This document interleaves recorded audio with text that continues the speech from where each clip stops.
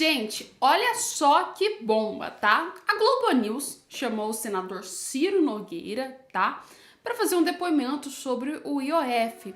Só que no caso, a Andréa Sadi, ela foi questionando, foi perguntando pro Ciro Nogueira, achando que iria conseguir pegar o senador. E muito pelo contrário, o senador humilhou, gente. Humilhou a Globo News e deu uma aula para esse pessoal que é militante do porquê a importância do IOF não ser aprovado. Gente, vocês precisam ver esse vídeo. Dá uma olhada só no vídeo. O que exatamente os parlamentares querem do governo, senador?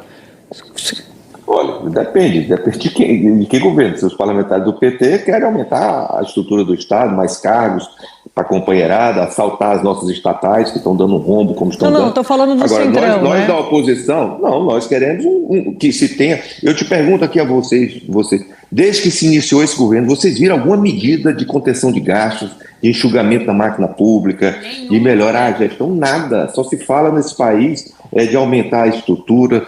Nós temos hoje um foco completamente errado. Mas o quanto dessa... A concessão de serviços, de benefícios que não se pensa mais, se orgulha no Brasil, André, de nós termos alguns estados como o meu, fruto de 20 e tantos anos do PT, de termos mais Bolsa Família do que carteira assinada. Isso é uma distorção. O senador nós temos que mudar essa forma. Só para explicar para o assinante que o senador é do Piauí. Senador, o senhor, eu estou perguntando isso porque a impressão que eu fico é, por exemplo, conversando com muitos parlamentares, é de que há um grande incômodo com essa investigação que está rolando lá no Supremo das emendas. O quanto isso influencia nessa... Eu acho que isso é uma narrativa, André, me perdoe dizer. Eu quero que, se alguém que cometer erros com questão de emenda, que pague. Eu luto dia a dia por transparência. A coisa que eu mais quero é levar mais recursos para o meu estado. Eu gosto quando seja anunciado, meu nome esteja com essas obras que são executadas. Essa questão de falta de transparência, isso me causa espécie. Nós temos que dar total transparência a essa questão. Agora se fala em questão, nesse país só se fala em orçamento secreto. Cadê esses 100 anos que o Lula dá de sigilo dessas loucuras que são feitas no Palácio Planalto? Então, só essas situações eu acho que deveria ser proibido. Eu acho que a imprensa como um todo, a sociedade como um todo, proibir qualquer tipo de sigilo com recurso público no nosso país. Isso deveria ser um objeto de aprovação no Congresso Nacional. E eu tenho certeza que se o presidente Lula tivesse coragem de fazer isso, o Congresso apoiaria. Agora vocês precisam se preparar para ver uma das maiores... De centro, né? Partido de centro, oposição, estão com essa posição, qual eu acho correto, tá? Na hora de olhar cortes. Agora, o senhor não acha que vocês, né? Partidos de centro, partidos de direita, deveriam, então, já que o governo não apresenta uma proposta de corte, vocês não deveriam chegar e falar assim, então, nós vamos fazer o trabalho que o governo quer. Por uma responsabilidade com o país. Eu sei que essa é uma função do governo, eu entendo que essa é uma função do governo. Mas vocês não vão fazer tomar a parte dos senhores? Me perdoe. Isso não é função do parlamento, isso é uma função. Se nós tivéssemos sido eleitos, se eu ainda continuasse na Casa Civil, pode ter certeza que eu teria coragem de apresentar qualquer tipo de corte, por mais impopular que seja. Isso é função do governo. Agora o governo quer que o Congresso corte para ele gastar.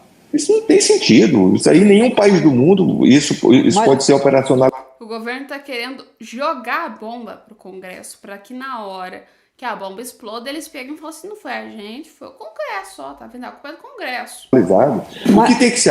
O que tem que haver é se ter responsabilidade, o presidente assumir a sua função de governar, botar na cabeça que ele foi eleito presidente para assumir os problemas e as soluções do país. E apresentar e sentar conosco para a gente discutir com o gasto. Senador, por exemplo, vocês não poderiam sugerir um corte de 10% nas emendas parlamentares?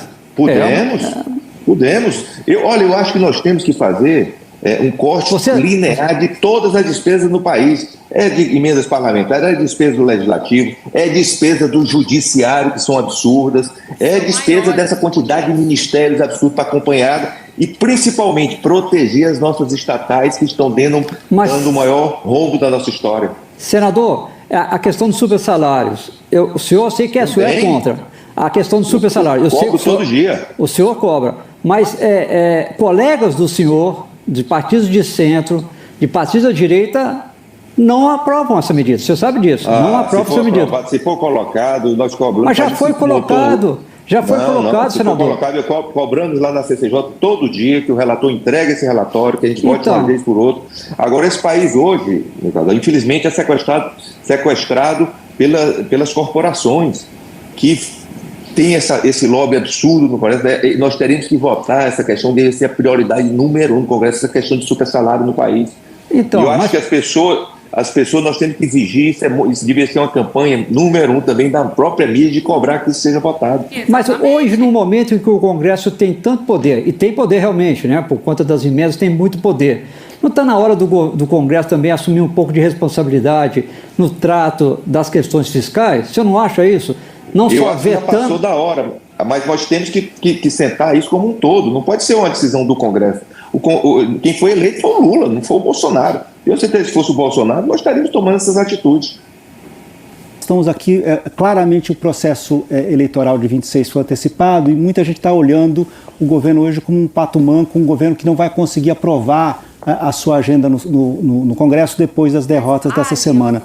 O senhor que já foi, o senhor que é presidente do principal partido de oposição e que já foi ministro da Casa Civil, o governo virou um pato manco? Quer dizer, ou seja, o governo consegue aprovar alguma coisa antes do início do processo eleitoral, na sua avaliação?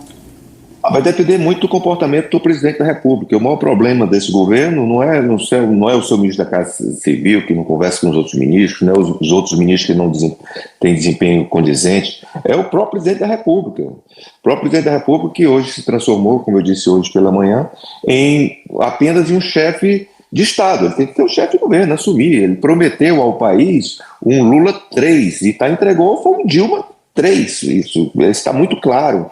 É um governo que tem um presidente completamente isolado, que se orgulha, né, como a primeira-dama disse, ser analógico. A pessoa que não tem conectividade com a sociedade, também, né? E a população já não aguenta mais, é uma frustração sem tamanho. E agora vindo com essa história de nós contra eles novamente, que não deu errado em 89, porque a população sabe, o maior inimigo da população não é o rico, não é a direita, não é a esquerda, o maior inimigo da população é a inflação, é o custo de vida, é a violência. E isso que o presidente tem que cair na real, que parece que ele está fora do tempo, né? Nós estamos num momento digital e temos um presidente analógico. Agora, isso significa, ou seja, uma mudança ministerial, uma mudança de governo, não resolve na sua avaliação, ou seja, isso já... Não, de forma nenhuma. Passou o tempo de se resolver politicamente as coisas no país, graças a Deus, entregando cargos para os partidos. Você viu quantos partidos? O meu partido, que tem ministro, todos os deputados votaram contra, né? No União Brasil, no MDB, todos esses partidos. Se não houver sintonia com o que a população quer, nós não vamos ter apoio para qualquer mensagem do governo. E olha, nós não estamos querendo um caos para o país. Eu já disse para o ministro Haddad, para as pessoas do próprio governo, eu estou, ao contrário do que o PT fazia no passado, quando eu era ministro da Casa Civil, que não aceitava nós sentarmos para debater o país, nós estamos abertos a isso, mas não temos mais como aumentar a carga tributária do nosso país, sem ter corte de gastos. Eu pergunto a vocês, quando eu estou com problema... Eles estão querendo fazer loucura, gente. Eles querem aumentar mais o imposto, não cortar gasto, e aí vai acontecer o quê? Vai aumentar ainda mais os gastos e vai continuar aumentando mais imposto ainda depois. A gente vai ficar num ciclo vicioso, onde aumenta imposto e o governo aumenta gastos deles, né? E vai cortando aonde? Adivinha só? Na saúde, na educação. E aí quem se lasca é a população. Problema com o meu cartão de crédito, com as minhas contas da minha casa, eu tenho que cortar. Será se num orçamento de R$1 trilhão reais não tem nada para cortar? Nessa última parte... É aquela coisa, para cortar tem, né? Tem. Agora o difícil é eles quererem fazer isso, né? O Ciro, ele falou tudo. É bem resumido. Corta gastos, faz um governo que presta, promete o Lula 3, faz direito, né? Não, mas assim, o Lula 3, ele realmente veio com tudo que o Bolsonaro disse mesmo. Veio com um governo desordenado, um governo que se alinhou a ditaduras, um governo que tá assim, ó, a ladeira abaixo e quer todo jeito ganhar as eleições de 2026 com uma desaprovação muito grande. Ou seja, é impossível. A não ser, né, que vocês sabem o outro caso para se ganhar as eleições. Mas deixa quieto. Não vou falar nada sobre isso. Não quero ser preso, não quero ser processado, mas vocês sabem, né? Desaprovação ruim, a regra é o quê? Não ganha a eleição. Mas aí, o que vocês acham? Põe no comentário e a gente volta daqui a pouco com mais vídeos, beleza?